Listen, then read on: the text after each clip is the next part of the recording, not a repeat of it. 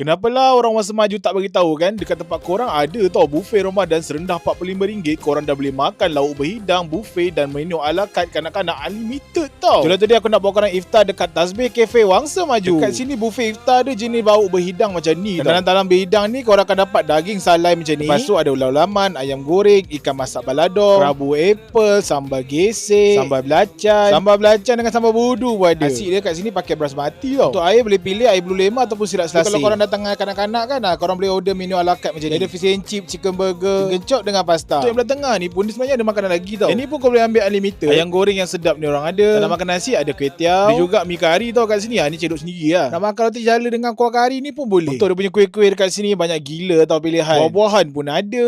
Bukan sana je ada, sini ada ketayap, ada buah Melaka, ada lupis. Yang ni nampak macam kek tiramisu kan, tapi sebenarnya bukan tau. Tapi rasa dekat-dekat lah. Yang ni pun ada satu lagi kek. Untuk harga kalau kau datang seorang dewasa RM65. Kalau datang 4 orang RM250 je. Anak-anak 6-12 RM45 sekali dengan set premium tadi. Awal 5 tahun free, tak perlu bayar. Siapa nak harga ni korang boleh komen nak, nanti aku akan letak detail booking dekat komen.